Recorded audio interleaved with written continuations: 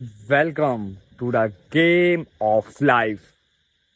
In this game, you are the main character of your story, and other than you, there are friends, foes, and NPCs.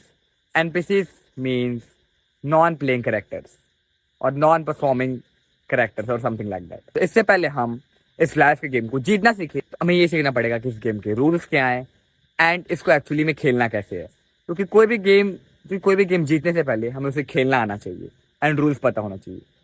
सो इस game के creator, the creator of this game himself, Lord Shri Krishna ने एक manual दी है, एक rule book बनाई है जिसका नाम है श्रीमद् भगवद गीता. श्रीमद् भगवद गीता जिसमें कि वो सारे सीक्रेट्स लिखे गए हैं जिसको यूज करके एक बंदा लाइफ की मीनिंग को ढूंढ सकता है एंड एक्चुअली में लाइफ में सक्सीड कर सकता है.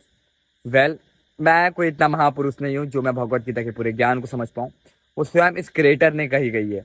हम तो उनकी एक रचना है, उन्होंने हमें रचा है, तो हम कैसे समझ सकते हैं. बड़े बड़े महात्मा पुरुष आज तक भगवद गीता को डिकोड नहीं कर पाए क्योंकि उसके एक एक वर्ड में इतनी ज्यादा डीप मीनिंग छुपी हुई है ना कि कोई उसे नहीं समझ सकता.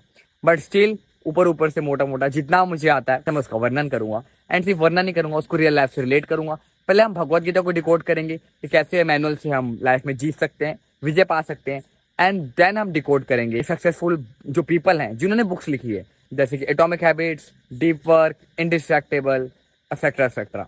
सो हम उनको डिकोड करेंगे because I have read many books. Okay, so Bhagavad Gita कहती क्या है. भगवद गीता का मोटा मोटा उपदेश यानी कि मेन जो ओवरऑल 18 चैप्टर से मेन जो उपदेश है वो है कि कर्म योग जिंदगी जीना. बोले कर्म योग क्या है. कर्म योग मीन्स सुबह भक्ति करना, दिन भर कर्म करना एंड शाम को फिर भक्ति करना. सो ये तो समझ आ गया कि कर्म करने हैं, लेकिन कौन से कर्म करने हैं और कैसे करने हैं. सो कर्म हमें करने हैं अच्छे एंड हमें कर्म करना है बिना किसी इच्छा के, बिना किसी डिजायर के. फॉर एग्जाम्पल, अगर आप स्टडी कर रहे हो तो भगवान श्री कृष्ण कहते हैं अगर आप जो भी काम कर रहे हो आपके हाथ में सिर्फ इतना है कि आप ये काम कर सकते हो, लेकिन उसका रिजल्ट वो आपके हाथ में नहीं है, वो प्रकृति के ऊपर है. तो आपको उसका रिजल्ट मिलेगा कि नहीं. तो अगर आप स्टडी कर रहे हो या कोई भी एग्जाम के लिए प्रिपेयर कर रहे थे बट किसी कारणवश आपका एग्जाम नहीं निकला तो उदास नहीं होना मुंह लटका के कि नहीं निकला, प्रभु ने मुझे रिजल्ट क्यों दिया. रिजल्ट पे कभी फोकस नहीं करना है, मेहनत पे फोकस करनी है. एंड ये यूनिवर्स का लॉ है कि for each and every action there is an equal reaction. Every cause has its effects. So इसी लॉ पे ट्रस्ट करते हुए आप हार्ड वर्क कीजिए, क्योंकि आप जो भी आप हार्ड वर्क कर रहे हैं, जो भी आप मेहनत कर रहे हैं, उसका फल आपको निश्चय ही मिलेगा, उसमें कोई संदेह नहीं है. तो ये है कर्मयोग में जीना. बट इसको जिए कैसे, ये पूरा 18 अध्याय में वही मेन है. तो हम धीरे धीरे एक एक करके उस अध्याय को डिकोड करेंगे. और अगर हम मोटा मोटा समझ लें कि लाइफ क्या है, क्या रूल्स है, बेसिक चीजें जो प्रभु ने बनाई है, एक यूनिवर्स बना दिया है, बहुत सारे लॉस एंड रूल्स बना दिए जिसको फॉलो करके अमीर और अमीर बनते जा रहे हैं एंड गरीब और गरीब बनते जा रहे हैं. क्योंकि हर एक लॉ पॉजिटिव इफेक्ट्स भी क्रिएट कर सकता है, नेगेटिव भी. जैसे कि एक लॉ ऑफ यूनिवर्स है कंसिस्टेंसी, जो आपने बहुत बार सुना होगा कि consistency is the key to success. That's true. But आप कंसिस्टेंसी को यूज कैसे करते हो.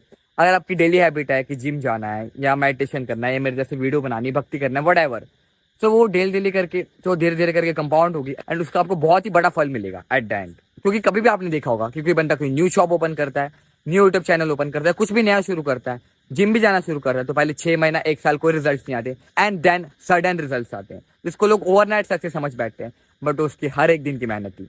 सेम वे अगर कोई बंदा ड्रिंक करता है एंड डेली उसकी आदत होगी कि ड्रिंक कर रहा है एंड वो कंसिस्टेंसी के साथ ड्रिंक कर रहा है, then he gonna fuck his own life.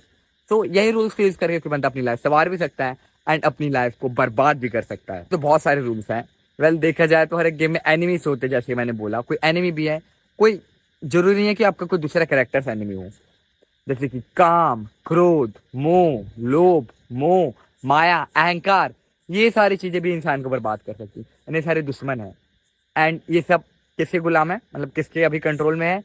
कलयुग, कली दानव जो कि अभी चल रहा है, जो इसको प्रॉपर तरीके से यूज करके इंसान के दिमाग को भ्रम में डाल देता है और उनसे गलत काम करवा देता है. तो इसी एनिमे के विरुद्ध हमें जंग लड़नी है एंड जो मेन पर्पस है लाइफ का, जो कि सब जानना चाहते हैं, वो भगवत गीता कहती है कि मोक्ष की प्राप्ति करना. मोक्ष की प्राप्ति करना यानी कि क्या. मोक्ष की प्राप्ति करना यानी बेसिकली भगवत प्राप्ति करना. जो ये जन्म मरण का शरीर है, यानी कि जो हम बार बार इस गेम में आ रहे हैं, आज डेथ हुई फिर हम गेम में आए, एंड ये नहीं कि गेम में सिर्फ वुमेन्स हैं. In this game there are animals, there are trees, plants and there are insects as well. And in सब में जीवात्मा है, सब में जीन की है. अब कोई बोलोगे पेड़ नहीं जीता, भाई साइंस में जाकर रिसर्च कर लो, साइंस ने कह दिया कि पेड़ जीवित होते हैं. सेम वे बहुत सारे लोग हैं, बहुत सारे कैरेक्टर्स हैं. सो ऐसा नहीं कि हमें बार बार ये सेम कैरेक्टर मिलेगा. हम अगर हमारी डेथ हो जाती है आज किसी कारणवश, तो हमने इस अभी तक इस लाइफ में जिस तरह से परफॉर्मेंस की है उसके बेस पे हमें या तो कोई डिफरेंट ह्यूमन कैरेक्टर मिल सकता है, अच्छा या बुरा, या फिर हम जानवर भी बन सकते हैं, कीड़े भी बन सकते हैं, कुछ भी बन सकते हैं. तो मेन मकसद है, मेन पर्पस है इस लाइफ का, मोक्ष की प्राप्ति करना एंड भगवान की प्राप्ति करना. वो कैसे होगी, वही भगवत गीता में हम जानेंगे डेली. वही हम step by step Bhagavad Gita को डिकोड करेंगे स्टार्टिंग फ्रॉम टुमारो, अध्याय 1. So I will see you tomorrow sharp at 9 p.m. That's it for today, guys. Thank you for watching the video. Jai Jai Shri Ram.